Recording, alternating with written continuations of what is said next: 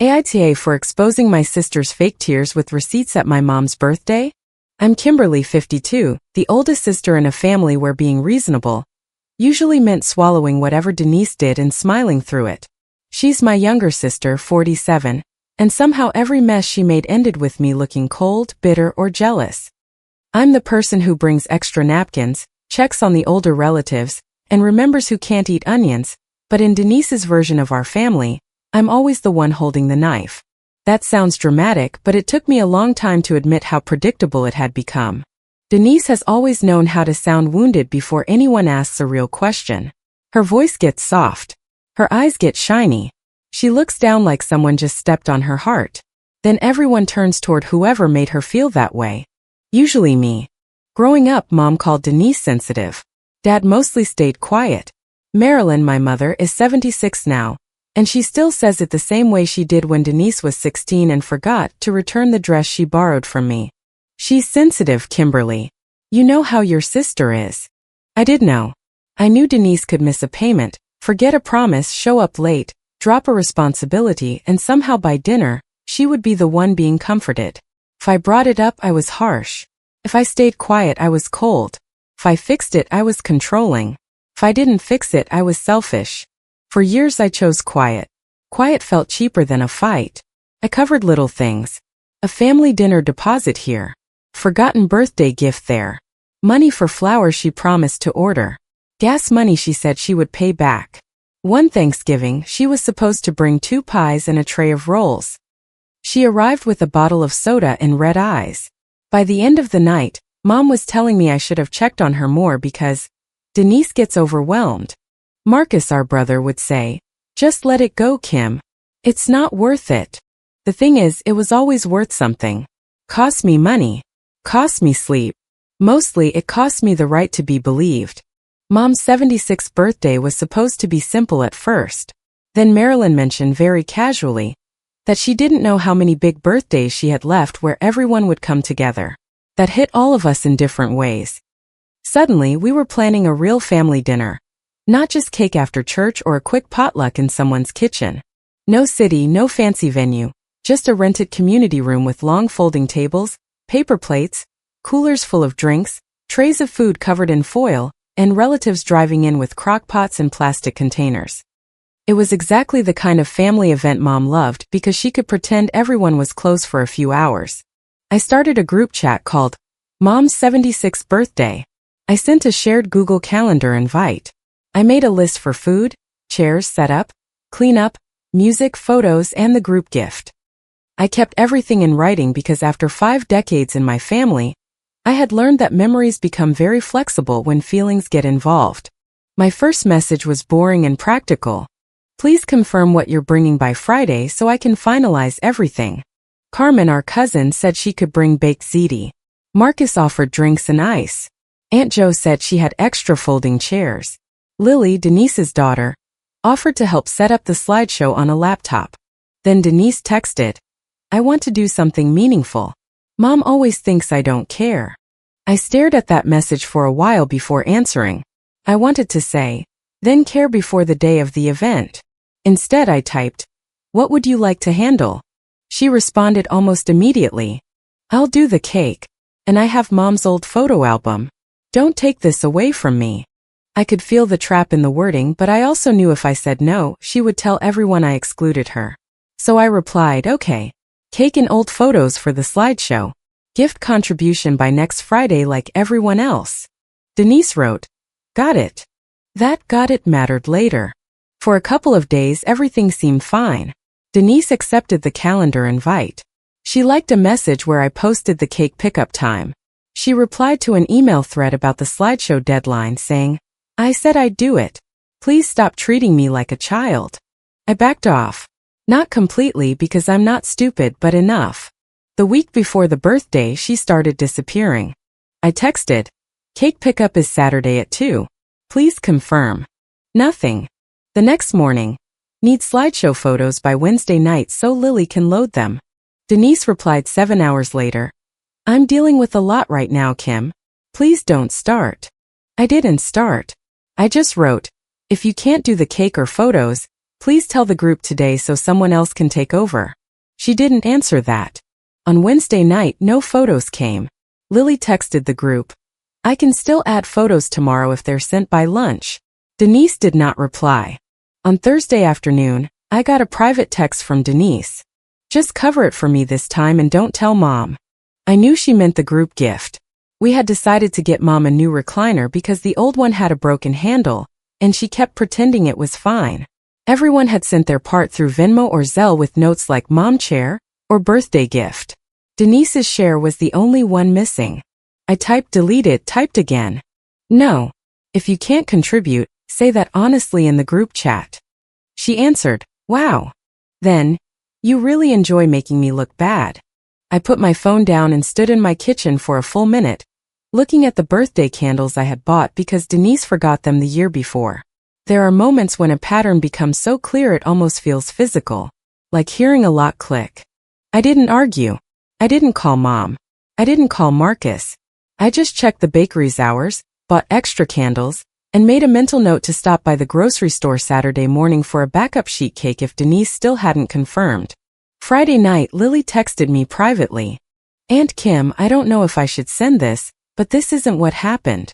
Then a screenshot came through. It was from a cousin chat I wasn't in. Denise had written, I tried asking about Mom's birthday but Kim is controlling everything. She won't tell me what to bring. I guess she wants all the credit again. Below that, Carmen had responded, that's not okay. Family is family. Another cousin wrote, Kim can be intense. I sat on the edge of my bed with my phone in my hand and felt something inside me go very still. Not hot. Not explosive. Just still. Denise wasn't confused. She wasn't overwhelmed. She was laying track before the train hit. I opened my bank app and confirmed what I already knew. No transfer from Denise. I took screenshots of the gift contributions from everyone else and the missing one from her. I found the email thread where she had responded about the slideshow. I saved the group chat messages where she had accepted the cake task. I found a voicemail from 3 weeks earlier, one I hadn't deleted because I had started saving things without even admitting to myself why. Her voice came through my phone, bright and slightly annoyed. Kim, I'll handle the cake and the photo album. Stop worrying. You don't have to control every single thing. I saved that too.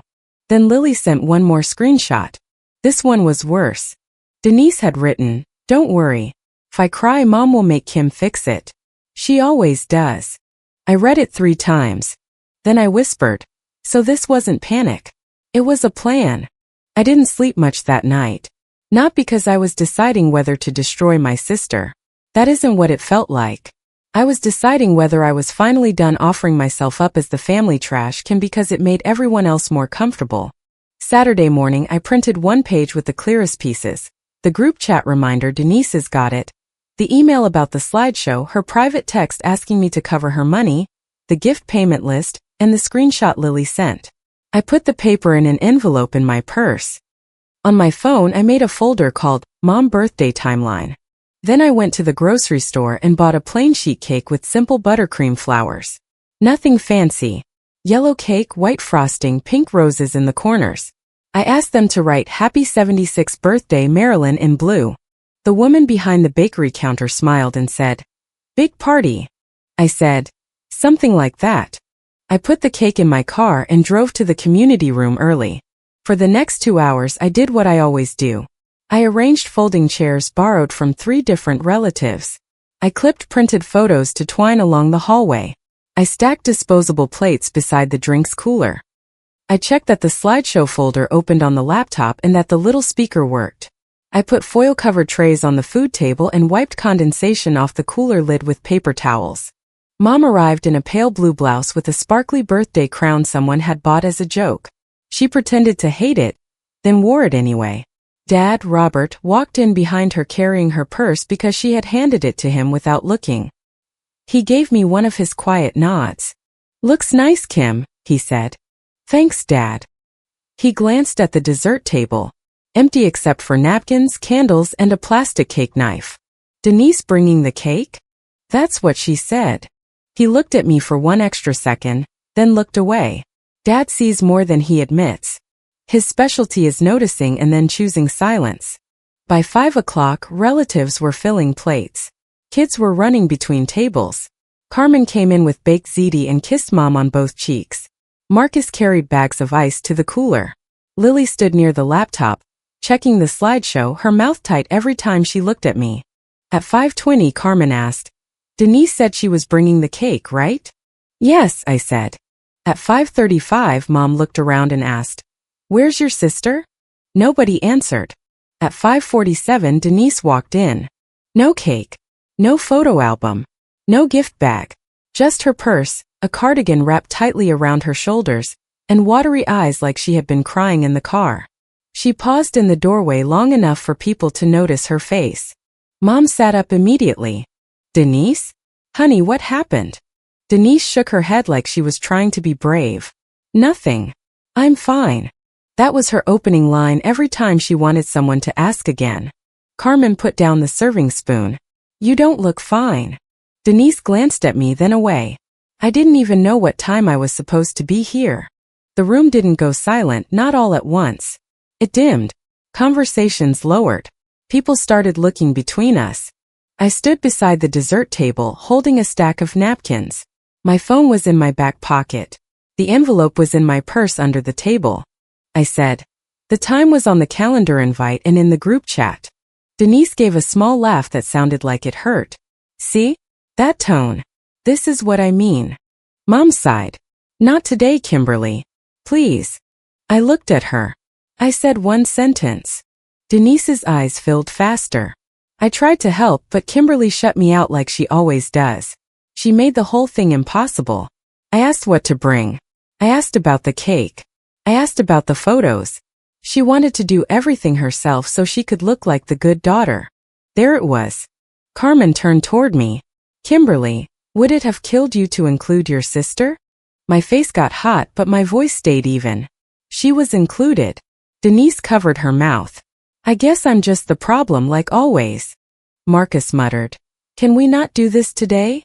Someone else said, "Kimberly, come on. She's crying." Mom looked embarrassed, hurt, and angry all at once. I just wanted one nice birthday. That one almost got me. Not because it was fair, but because it was familiar. Mom's peace always seemed to require my silence. Denise could light the match, but I was ruining the room by pointing at the smoke. I set the napkins down slowly. Denise kept going, her voice trembling. I had no idea there was a cake pickup. I didn't know there was a deadline for photos. Nobody told me about the gift money until the last second. I was trying, but no one wanted me involved. I waited. She wiped under her eyes. And now everyone's staring at me like I ruined Mom's birthday. I asked, "Are you done, Denise?" Her head snapped up. For half a second, the tears stopped moving. "What? Are you done?" I repeated. "Because I was going to let you have your tears. I've done that for years. But I'm not letting you rewrite today in front of Mom." Carmen said. "Why are we doing this in front of everybody?" I looked at her. Because she chose to say it in front of everybody. Then I unlocked my phone and opened the folder. The room got uncomfortable in a way I had never seen before. People love drama until the person they already judged starts bringing dates and screenshots. I held up my phone, not waving it around, just high enough for the closest people to see. "Here's the group chat from 3 weeks ago." I asked Denise what she wanted to handle. She said, "I'll do the cake. And I have Mom's old photo album. Here's where I posted the pickup time." Here's where she replied, "Got it." Denise's face changed. "You're seriously doing this?" I swiped. Here's the email thread about slideshow photos. Lily asked for photos by Wednesday. Denise replied, "I said I'd do it. Please stop treating me like a child." Carmen leaned closer despite herself. Marcus took his phone out and started scrolling through the group chat. "I remember that." Denise shook her head. "You saved all that just to make me look crazy?" "No," I said.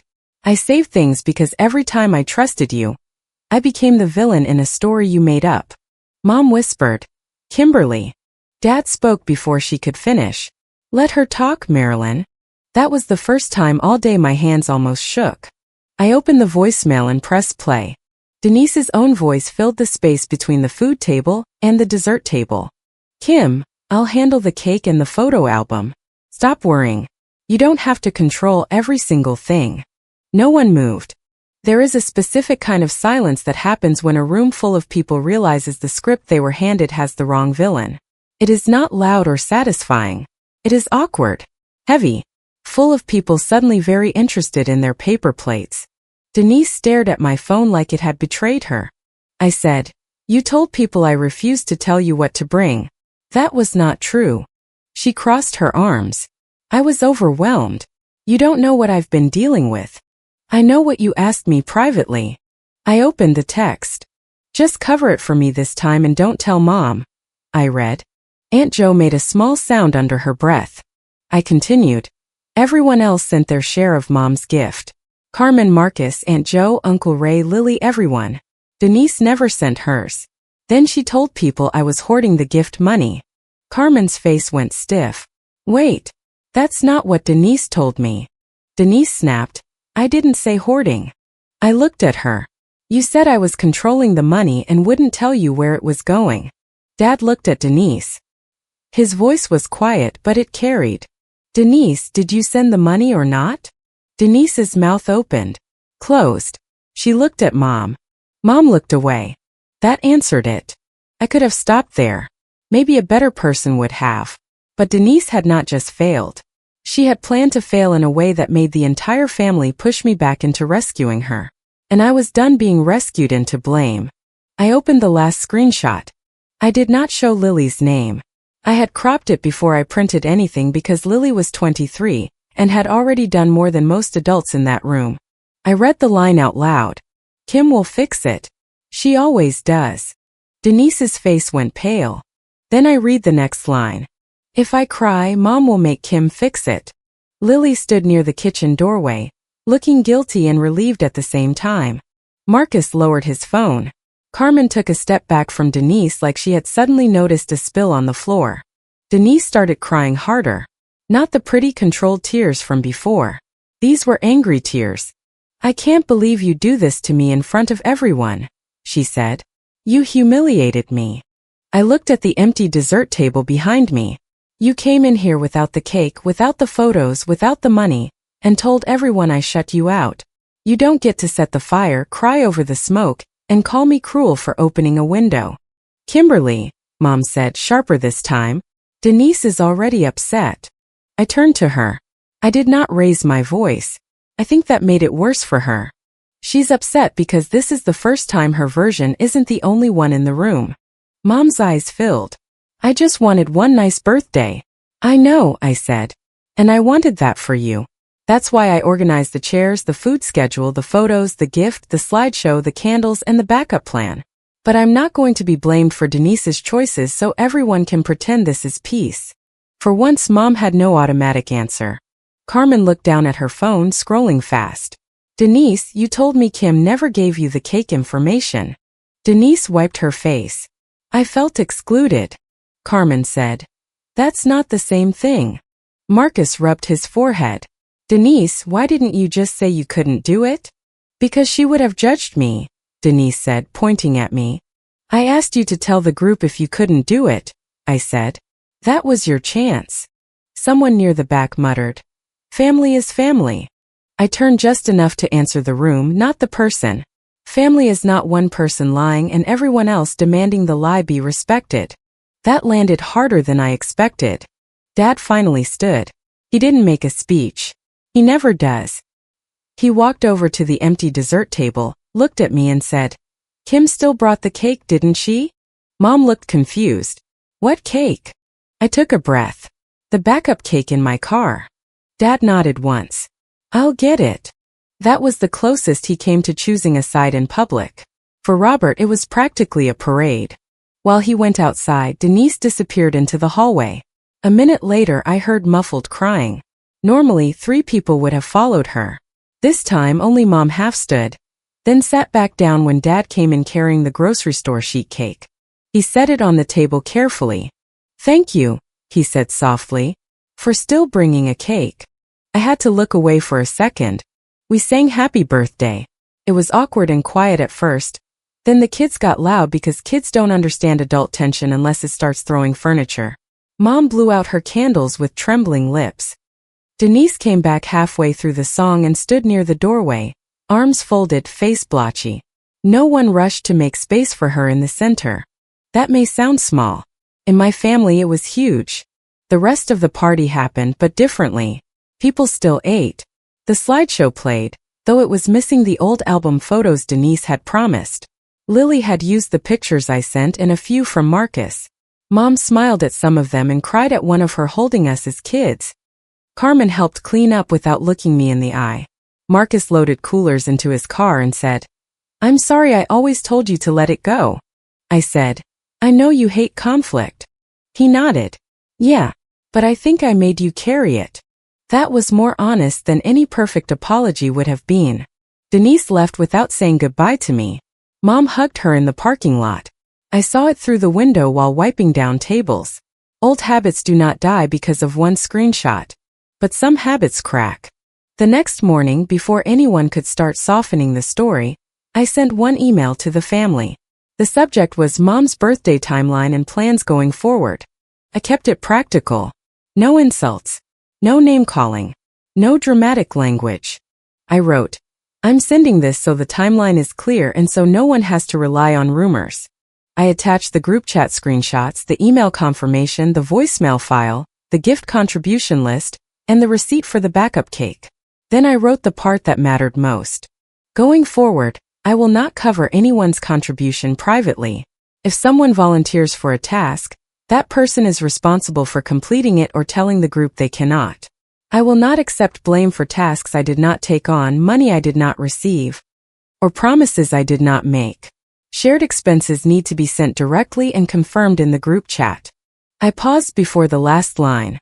Then I typed, "I love this family, but I am done being the family trash can." I hit send before I could talk myself out of it. The responses came slowly. Aunt Jo wrote, "Thank you for explaining." Carmen sent a separate text that said, "I'm sorry. I believed what I was told." Marcus replied to everyone, "For future plans, please put tasks and payments in the chat so nobody has to guess." Dad didn't reply, but later that afternoon he called me. He mostly talked about the leftover ziti and how Mom was tired. Right before hanging up, he said, "I heard the voicemail, Kim. I should have said more yesterday. I should have said more before yesterday." My throat tightened. "Yeah," I said. "You should have." He took that without defending himself. Mom didn't call for 2 days. When she finally did, her voice had that careful tone people use when they want forgiveness without stepping too close to the thing they did. "Denise feels awful," she said. "I'm sure she does." She said she felt attacked. She was corrected. Mom sighed. "Can you just be the bigger person?" I almost laughed, but there was nothing funny left in it. "No, Mom. Not if bigger means quieter. Not if bigger means paying. Not if bigger means letting Denise lie because the truth makes her cry." There was a long silence. Then she said very softly, "I don't know how to fix this." "You don't have to fix it for her," I said. "You can start by not fixing it against me." She didn't answer, but she didn't argue either. Denise texted me later that week. "I'm sorry you felt hurt by what happened." I stared at it for maybe 10 seconds. Then I typed, "I'm not accepting an apology that still makes my reaction the problem. You owe Mom your share of the gift. You owe me repayment for the backup cake and the costs you asked me to cover. And you owe the family the truth in the same group chat where you let them believe I excluded you." She replied, "Unbelievable." I wrote back, "That's the boundary." Then I muted her. The change in the family wasn't magical. Nobody became a new person overnight. Mom still sounded sad when Denise complained. Dad still avoided hard conversations longer than he should. Some relatives stayed quiet because they were embarrassed they had been so easy to steer. But the next time someone planned a family meal, Carmen wrote in the new logistics chat, "Denise, can you confirm the salad by Thursday?" Denise replied, "I said I would." Marcus wrote, "Can you put that in the group chat so everyone has it?" I stared at that message and smiled for the first time about any of it. A month later, when Mom needed help organizing a small appointment schedule, she asked all 3 of us in the chat instead of calling only me. Denise said she could drive one day. Mom wrote, "Please confirm after you check your calendar." That probably sounds normal to most people. To me, it felt like watching gravity change direction. Denise did not suddenly become accountable, but she lost something she had protected for years. She lost automatic belief. She lost the ability to whisper a version of events into the family and have everyone treat it as fact before I even opened my mouth. And I lost something too. I lost the job of cleaning up disasters I didn't create. I still visit my parents. I still bring food sometimes. I still check whether mom has the tea she likes and whether dad remembered to charge his phone. I did not stop loving my family. I stopped confusing love with being available for blame. Denise tells people I embarrassed her in front of everyone. Maybe I did. I can live with that. After 52 years of being blamed for fires I didn't start, I finally let everyone see who was holding the match. If you liked it, don't forget to leave a comment and support the channel by subscribing. See you in the upcoming stories.